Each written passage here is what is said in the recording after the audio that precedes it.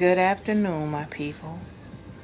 It is a pleasant evening today here in Michigan. It is 70 degrees. I want to let you know right off, I don't own the rights to this music. I don't even own the rights to this picture. It's just a meme. I'm using it. Last time we left off, we were beginning to start about the institutional structure. I'm still from reading Edward Shils' Color and the Afro-Asian Intellectual. Getting on down, we're getting to the good part now. Moving on. I'm going to spend some time with you for a few minutes. So he talks about, he starts like, let's see, where is it at? Okay. Let me turn this down a little bit. The institutional structure was organized on the assumption by both parties that the colonies were, insofar as they had a modern intellectual life, peripheral to the metropolitan centers where they had universities. They were formed on the metropolitan pattern.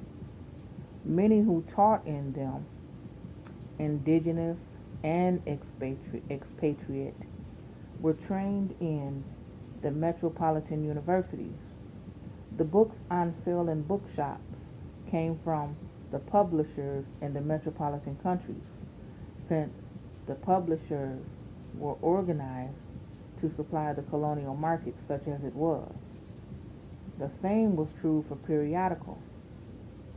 The young men who were trained either in the metropolitan universities or in the governmental or missionary institutions acquired the culture of the metropolis.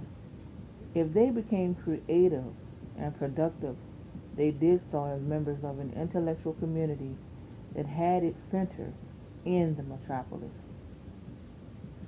With relatively small differences, these conditions still exist in the new states of Asia and Africa.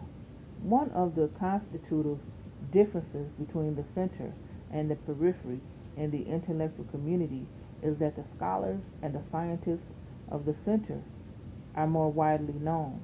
Exceptional individuals at the periphery are accepted as equals at the center because of their accomplishments and regard themselves more or less as equals. They share the standards of the metropolis and judge themselves in that light. They appreciate that their own accomplishments put them in a position equal to that of the leading persons at the center and superior to that of the more mediocre practitioners at the center. The weight of the awareness of peripherality or provinciality persists, however, even among those who have become creative, because their accomplishment has not yet been attended by an intellectual infrastructure of institutions and products. They have not yet succeeded in changing the map that members of the intellectual communities and their own countries and abroad carry in their minds. I'm going to leave right there and start back up because I want to really get to the other chapter. And I'm almost done with this chapter. I want you to know that I don't add to or take from the book. I'm reading it just as the author has written it. I'll be back. I'll be back. Black Power.